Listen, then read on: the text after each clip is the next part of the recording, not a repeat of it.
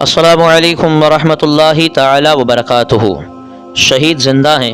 حضرت فاروق اعظم رضی اللہ تعالیٰ عنہ کے زمانہ میں چند مجاہدین میدان جہاد میں دشمن کی گرفت میں آ گئے اور کافر بادشاہ کے روبرو پیش کیے گئے۔ کافر بادشاہ نے ان سے کہا کہ اسلام کو چھوڑ کر میرے دین میں آ جاؤ ورنہ قتل کر دیے جاؤ گے۔ مجاہدین نے جواب دیا کہ جان جائے تو جائے مگر خدا کرے کہ ایمان نہ جائے۔ کچھ بھی کرو مگر دامن اسلام نہ چھوڑا جائے گا۔ ظالم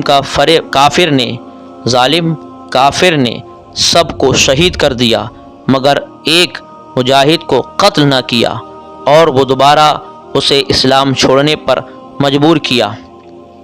طرح طرح کے لالچ دیے مگر اس مرد مجاہد نے اس کے جملہ انعامات کو ٹھکراتے ہوئے اسلام پر قائم و دائم رہنے کا اعلان کیا، حتیٰ کہ کافر بادشاہ نے اسے جیل میں بھجوا کر اسلام سے مگر برگشتہ کرنے کی یہ ترکیب کی کہ ایک خوبصورت لڑکی جیل میں یہ کہہ کر بھیج دی کہ اپنے حسن و جمال کے جال میں اسے پھنسا کر اسلام سے اسے پھراؤ۔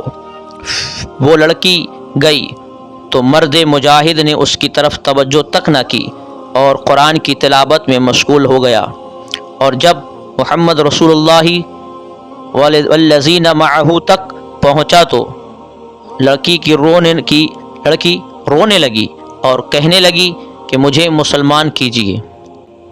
مسلمان ہو کر پھر اسی لڑکے کی ترکیب سے یہ دونوں راتوں رات جیل سے فرار ہو گئے اور ظالم بادشاہ کی مملکت سے بہت دور پہنچ گئے۔ صبح ہوئی تو انہوں نے چند گھوڑوں کی ٹاپوں کی آواز سنی، ڈر گئے کہ یہ شاید ظالم بادشاہ نے پیچھا کرنے کے لیے اپنے آدمی بھیجے دیے ہیں۔ جب سوار قریب آیا تو کیا دیکھتے ہیں کہ یہ وہی مجاہدین ہیں جنہیں ایک دن پہلے بادشاہ نے شہید کر دیا تھا۔ ان مجاہدین نے کہا کہ بھائی، ہمیں مردہ نہ جانیو، ہم زندہ ہیں اور اس بہن کے اسلام لانے پر مبارکباد دینے آئے ہیں اور بشارت ہو کہ یہ تمہارے نکاح میں آئے گی۔ اللہ کی راہ میں جانے دینے والے، اللہ کی راہ میں قربانی دینے والے ابدی زندگی پا جاتے ہیں اور وہ مردہ نہیں ہوتے بلکہ زندہ ہوتے ہیں، اور شہیدوں کو یہ زندگی حضور صلی اللہ تعالیٰ علیہ وسلم کی غلامی سے اور حضور کی بدولت ملتی ہے۔ پھر خود حضور صلی اللہ تعالیٰ علیہ وسلم کیوں حیات النبی نہ ہو؟ نہر کا پانی سے بھرپور ہونا دلیل ہے اس بات کی کہ دریا میں پانی بکثرت موجود ہے، اور اگر کوئی نہر کو تو پانی سے بھرپور مانے اور دریا کو پانی سے خالی اور خشک بتائے تو اس کے بے وقوف ہونے میں کیا شبہ ہے؟ بس یہی طرح شہید جو بحر محمدی کی نہر میں ہیں، جب ان میں زندگی پائی جاتی ہے تو بحر محمدی میں یقیناً آب حیات موجود ہے۔ پھر جو شخص شہید کو زندہ مانے اور حضور صلی اللہ علیہ وسلم کو مر کر مٹی میں مل جانے والا بتائے معاذ اللہ، تو اس کی جہالت میں کیا شبہ ہو سکتا ہے؟ اور یہ بھی معلوم ہوا کہ مرد مومن جان پر بن جائے تو بن جائے مگر وہ ایمان اپنا نہیں چھوڑتا اور نہیں گواتا۔ بنی اسرائیل کے زمانے میں 3 نامی گرامی قاضی تھے جن کی خدا نے جانچ کرنا چاہی، اور وہ 2 آدمیوں کو بھیجا جن میں ایک تو گھوڑی پر سوار تھا جس کی بچھڑی اس کے ساتھ تھی، دوسرا گائے پر سوار تھا۔ گائے والے نے گھوڑے کے بچڑے کو بلایا اور اس کے ساتھ لگ گئی۔ اس پر گھوڑے سوار بولا کہ بچھڑی گھوڑے کی ہے، دوسرا بولا نہیں، یہ میری گائے کی ہے۔ اس پر دونوں جھگڑے ہوئے ایک قاضی کے پاس پہنچے اور دونوں نے اپنے دعوے کے ثبوت میں دلیل پیش کی، مگر گائے والے نے پہلے سے قاضی کی مٹھی گرم کر دی تھی اور سود کے طور پر ان کی جیب میں ایک کافی رقم ڈال دی تھی، جس کا اثر یہ ہوا کہ قاضی صاحب نے فیصلے میں یہ لکھا کہ بچھڑی گائے کی ہے۔ پھر یہ دونوں عدالت سے نکل کر دوسرے قاضی کے محکمہ میں گئے اور انہیں بھی رشوت دے کر گائے والے نے اپنے ہی حق میں فیصلہ لکھوا لیا۔ پھر ان دونوں نے تیسرے قاضی کی عدالت میں اپنا مقدمہ پیش کیا، جس کی جواب میں قاضی صاحب بولے کہ مجھے حیض آ رہا ہے، حیض سے فراغت کے بعد تمہارا مقدمہ سنوں گا۔ اس پر دونوں حیرت سے بولے، بھلا مرد کو بھی کہیں حیض آتا ہے؟ اس پر نیک نہاد قاضی نے برجستہ کہا کہ بھلا گائے بھی بچری جن سکتی ہے؟ رشوت کے زور سے خلاف عقل بھی فیصلہ کرائے جا سکتے ہیں، اور جو نیک نہاد اور سچے قاضی اور جج ہیں وہ کسی وقت بھی انصاف کا دامن ہاتھ سے نہیں جڑ چھوڑتے۔ حضرت موسیٰ علیہ السلام نے ایک دفعہ اللہ سے عرض کیا، الہی مجھے اپنے عدل و انصاف کا کوئی نمونہ دکھایا۔ فرمایا، اچھا فلاں مقام کی طرف چلے جاؤ، وہاں ہمارے انصاف کا نمونہ دیکھ لوگے۔ موسیٰ علیہ السلام اس مقام کی طرف چلے گئے جہاں چند درختوں کے جھنڈ تھے اور پانی کا صاف اور ستھرا چشمہ بہہ رہا تھا۔ آپ ان درختوں میں چھپ کر بیٹھ گئے کہ ایک گھوڑ سوار آیا اور چشمے سے تھوڑا سا پانی پیا اور 1000 اشرفیوں کی تھیلی وہیں بھول کر چلا گیا۔ اتنے میں ایک کمسن لڑکا وہاں آیا اور اس تھیلی اٹھا کر چلتا بنا۔ اس کے بعد ایک اندھا شخص آیا اور چشمے سے وضو کرنے لگا، مگر ادھر سوار جب تھوڑی دور پہنچا تو اسے تھیلی یاد آئی، تو فوراً پلٹ کر چشمہ پر آیا اور اندھے سے پوچھا کہ اس نے کہا، مجھے کوئی خبر نہیں، میں نے کوئی تھیلی نہیں اٹھائی۔ اس پر سوار کو غصہ آیا اور اس نے اندھے کو قتل کر دیا۔ موسیٰ علیہ السلام یہ سب ماجرا دیکھ رہے تھے۔ اللہ نے وحی بھیجی کہ موسیٰ، تعجب کی کوئی بات نہیں ہے، کمسن لڑکے نے اپنا حق پا لیا، کیونکہ گھوڑ سوار نے اس لڑکے کے باپ سے 1000 اشرفیاں ظلماً چھینی تھیں اور اندھے نے سوار کے باپ کو ناحق قتل کر ڈالا تھا، تو ہر ایک حقدار کو حق مل گیا۔ خدا کی ہر بات میں کوئی نہ کوئی حکمت ضرور ہوتی ہے، اور بعض اوقات کسی اچھے واقعے کو ہم اچھا نہیں سمجھتے، لیکن اس میں یقیناً کوئی راز مضمر ہوتا ہے، یعنی چھپا ہوا ہوتا ہے۔ کسی شہر میں ایک بہشتی رہتا تھا جو ایک سونار کے گھر میں پانی بھرا کرتا تھا، اور اسے پانی بھرتے ہوئے 30 سال کا عرصہ گزر گیا تھا۔ اس نے سونار کی بیوی بڑی خوبصورت تھی، اور جس قدر خوبصورت تھی اسی قدر نیک اور پارسا بھی تھی۔ ایک روز وہ بہشتی پانی بھرنے کو آیا تو اس نے سونار کی بیوی کا ہاتھ پکڑ لیا اور اسے اپنی طرف کھینچا۔ اس عورت نے بمشکل ہاتھ چھڑا لیا اور اندر جا کر دروازہ بند کر لیا۔ تھوڑی دیر کے بعد سونار گھر آیا تو اس کی بیوی نے اس سے پوچھا کہ آج دکان پر کون سا کام آپ نے خدا کی رضا کے خلاف کیا ہے؟ سونار بولا کہ آج ایک عورت کے ہاتھ میں کنگن پہناتے ہوئے مجھے اس کا بازو بڑا خوبصورت نظر آیا، تو میں نے اس کا ہاتھ پکڑ کر اپنی طرف کھینچا تھا، بس یہی لغزش مجھ سے واقع ہوئی ہے۔ بیوی بولی، تو اب معلوم ہوا کہ تمہارے بہشتی نے آج میرا ہاتھ کیوں پکڑ کر کھینچا تھا۔ سونار نے سارا واقعہ سنا تو کہنے لگا کہ میں اپنی غلطی سے توبہ کرتا ہوں، مجھے خدا معاف کرے۔ دوسرے روز بہشتی آیا اور کہنے لگا، کل والی غلطی سے میں توبہ کرتا ہوں، خدا مجھے معاف کرے۔ سونار کی بیوی نے کہا کہ میاں بہشتی جاؤ، اس میں تمہارا کوئی قصور نہ تھا، یہ تو میرے میاں ہی کا قصور تھا۔ ہمارے بعض گناہوں کا کچھ بدلہ یہاں بھی مل جاتا ہے، اور گناہوں کی نحوست اپنا رنگ لائے بغیر نہیں رہتی، اور جو کوئی کسی کام کا برا چاہتا ہے دراصل اپنا ہی برا چاہتا ہے۔ بس اپنی عزت کو بچانا ہے تو دوسروں کی عزت کا بھی لحاظ رکھو۔ ایک بادشاہ سیر کے لیے نکلا۔ اس نے ایک گاؤں میں ایک ایسی گائے دیکھی جس نے بادشاہ کے سامنے من بھر کے قریب دودھ دیا۔ ایسے عمدہ گائے دیکھ کر بادشاہ کی نیت بدل گئی اور ارادہ کر لیا کہ اس گائے پر میں اپنا قبضہ کر لوں گا۔ چنانچہ اسی ارادے سے بادشاہ دوسرے دن بھی پھر اسی گاؤں میں پہنچا اور دیکھا گائے کا مالک دودھ دو رہا ہے، مگر آج اس گائے نے پہلے دن سے نصف دودھ دیا۔ बादशाह ने मालिक से पूछा कि आज क्या बात हुई जो उसने दूध पूरा नहीं दिया। मालिक ने जवाब में कहा कि शायद हमारे बादशाह ने किसी जुल्म का इरादा कर लिया है।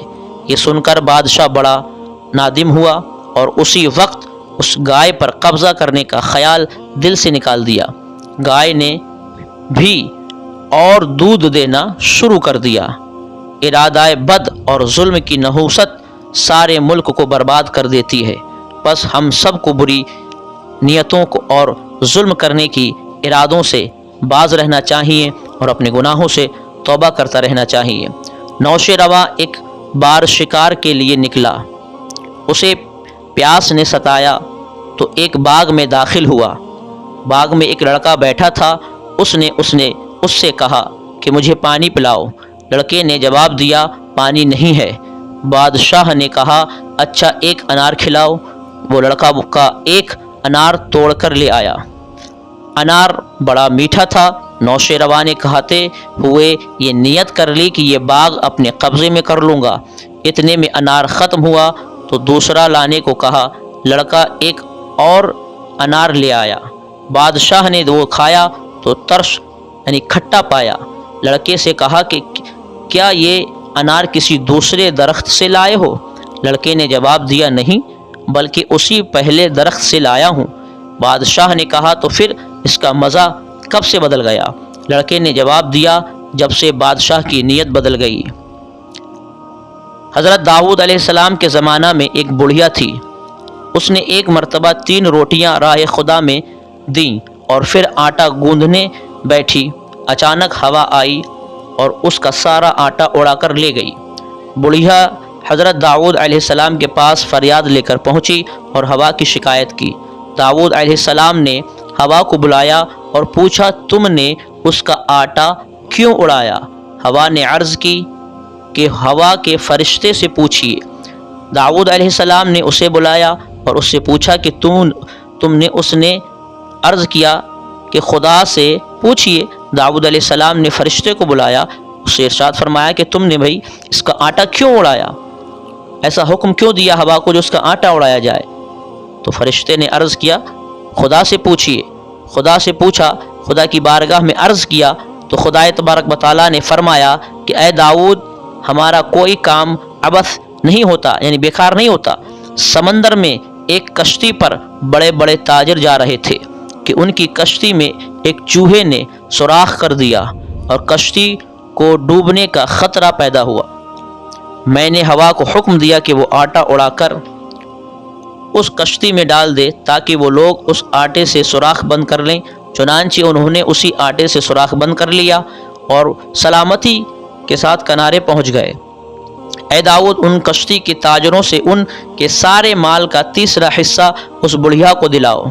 चुनांचे दाऊद अलैहिस्सलाम ने ऐसा ही किया और 300,000 दीनार का माल बुढ़िया को मिला।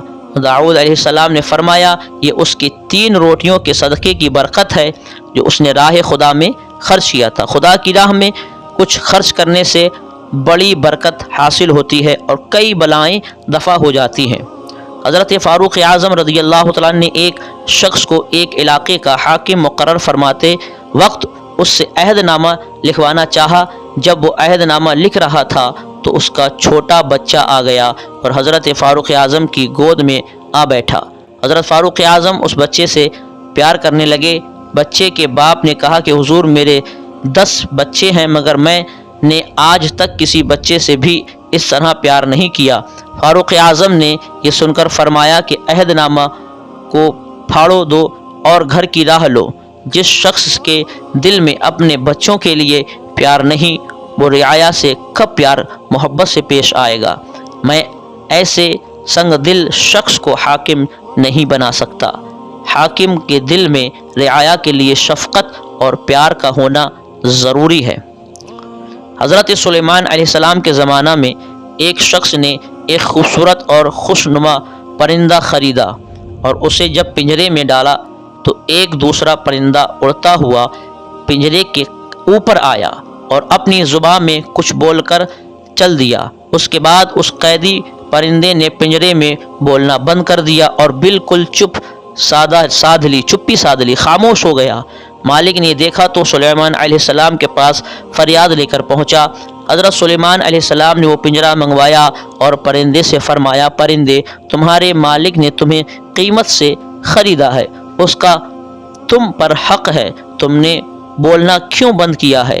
परिंदे ने जवाब दिया, हुजूर उससे कह दीजिए कि वो मेरा ख्याल छोड़ दे, मैं जब तक कि पिंजरे में हूँ कभी ना बोलूँगा। फरमाया, क्यों? कि उसने कहा कि हुजूर मैं वतन औलाद की मोहब्बत में रोता था कि एक मेरे भाई परिंदे ने मुझे से आकर कहा कि नादान, जज़ा फ़ज़ा छोड़ वरना उम्र भर पिंजरे ही में कैद रहेगा, सब्र सुकूत इख्तियार कर तो फिर देखो तुम आज़ाद होते हो या नहीं। सुलेमान अलैहिस्सलाम ने उस शख्स से उसका जवाब बयां किया तो उसने कहा कि हुजूर तो फिर उसे आज़ाद कर दीजिए, मैंने तो उसे खुशनुमाई के लिए ख़रीदा था। चुनांचे सुलेमान अलैहिस्सलाम ने अपनी गिरोह से कीमत उसे देकर परिंदे को आज़ाद कर दिया। जज़ा व फ़ज़ा और रोना धोना मौजिब रंज व बला और सब्र शुक्र मौजिब निजात है, यानी चीखना चिल्लाना ये तमाम खुराफातें ये बलाओं में घिरने के लिए हैं। सब्र करोगे, शुक्र अल्लाह का अदा करोगे तो तमाम बलाओं से छुटकारा दिलाने का सबसे बेहतर तरीक़ा है। एक सौदागर के पास एक तोती था। एक मरतबा वो सौदागर मुल्क हिंद में सौदागरी के लिए चला तो तोती से पूछा, तुम्हारे लिए क्या लाऊं? तोती ने कहा कि मेरा एक पैगाम ले जाओ और उसका जवाब लेते आएं, और वो ये है कि आप हिंद के किसी बाग में अगर बहुत से तोते देखें तो उनसे मेरी तरफ से ये कह दें कि ऐ खुली फ़िज़ा में उड़ने वालों और आज़ादी के मज़े लूटने वालों, मैं भी एक तुम्हारा भाई हूँ जो पिंजरे में असीर हूँ, कुछ मेरी भी खबर है, मेरे इस पैगाम का जो कुछ जवाब दें वो मुझे आकर सुना दीजिएगा। सौदागर ने कहा कि बहुत अच्छा। चुनांचे सौदागर मुल्क हिंद में गया तो इत्तफाकन एक बाग में बहुत से तोते देखे। सौदागर ने उनको अपनी तोती का पैगाम दिया। इतने में क्या देखा कि एक तोती ये पैगाम सुनकर दरख्त से गिरा। सौदागर ने बगौर उसे देखा तो वो मर चुका था। सौदागर बड़ा हैरान हुआ कि ये क्या बात है, शायद ये मेरी तोती का अजीज़ था। सौदागर जब घर वापस आया तो अपने तोती को ये सारा किस्सा सुनाया। ये किस्सा जब सौदागर ने तोती को सुनाया तो वो भी पिंजरे में तड़पने लगा और तड़प तड़प कर मर गया। सौदागर बड़ा हैरान हुआ कि ये किस्सा क्या है, मगर कुछ समझ में न आया। आखिर पिंजरा का दरवाज़ा खोलकर मुर्दा तोती को निकाल कर बाहर फेंक दिया। सौदागर ने तोती को बाहर फेंका ही था कि वो एकदम जी उठा और उड़कर दरख्त पर जा बैठा। सौदागर ये तमाशा देखकर हैरान रह गया और तोती से कहने लगा, ये अजीब बात है कि जो मैंने देखी है, अब तुम आज़ाद हो, आखिर क्या माजरा है, ज़रा उस सारे किस्से की हकीकत तो बयां करते जाओ। वो तोती बोला कि ऐ सौदागर, असल में ना मैं मरा था और ना ही वो तोती मरा था, जिसे आपने हिंद के बाग में दरख्त से गिरते हुए और मरते हुए देखा था। वो तो उसने मुझे पिंजरे से रिहा होने की तरकीब बताई थी कि अगर पिंजरा से रिहाई हासिल करना है तो इस तरह मरने से पहले मर जाओ। चुनांचे मैंने उसकी हिदायत पर अमल किया और उस पिंजरे से रिहाई हासिल कर ली। नज़र फ़िक्र और तफरत देना ही कि उसे आहिनी पिंजरे से रिहाई पाने के लिए मौत से पहले मौत का जैसा एक नाटक करना ज़रूरी था। अमल करने पर अपनी नफ्स को मार डालना, यानी जो शख्स चाहता है अपनी आखिरत की ज़िंदगी से छुटकारा, जो दुनियावी ज़िंदगी है, जो कैदियों की ज़िंदगी है और जो जहन्नम की ज़िंदगी है, अगर बंदा जहन्नम में जाएगा, अज़ाब इलाही में जो गिरफ़्तार होगा, अगर तुम अज़ाब इलाही से बचना चाहते हो तो अपनी नफ्स की क़ैद से रिहाई चाहो, अपनी नफ्स की क़ैद से रिहा हो जाओ। और नफ्स की क़ैद से कैसे रिहा होगे कि अपनी नफ्स को मारना पड़ेगा, अपनी ख्वाहिशात को मारना पड़ेगा, अपने जज्बात, अपने अरमान को गला घोटना पड़ेगा। اللہ کی راہ میں اگر تم چاہتے ہو کہ کامیاب بن جاؤ تو گناہوں سے ہمہ وقت توبہ کرنا پڑے گا۔ اللہ تبارک و تعالی ہم سب کو اپنے گناہوں سے توبہ کرنے کی توفیق عطا فرمائے اور چھوٹوں کی عزت بڑوں کی شفقت کرنے کی توفیق عطا فرمائے۔ اسی طرح کے واقعات اور ویڈیو آپ دیکھنا چاہتے ہیں، واقعات سننا چاہتے ہیں تو ہمارے چینل نوری گائیڈ کو سبسکرائب کرنا نہ بھولیں، بیل آئیکن کو ضرور دبائیں تاکہ روزانہ اسی طریقے کی ویڈیو آپ حضرات کی خدمت میں پہنچ رہیں۔ انشاءاللہ نیکسٹ ویڈیو میں اس سے بہترین واقعہ لے کر ہم حاضر خدمت ہوں گے، تب تک کے لیے خدا حافظ۔ السلام علیکم۔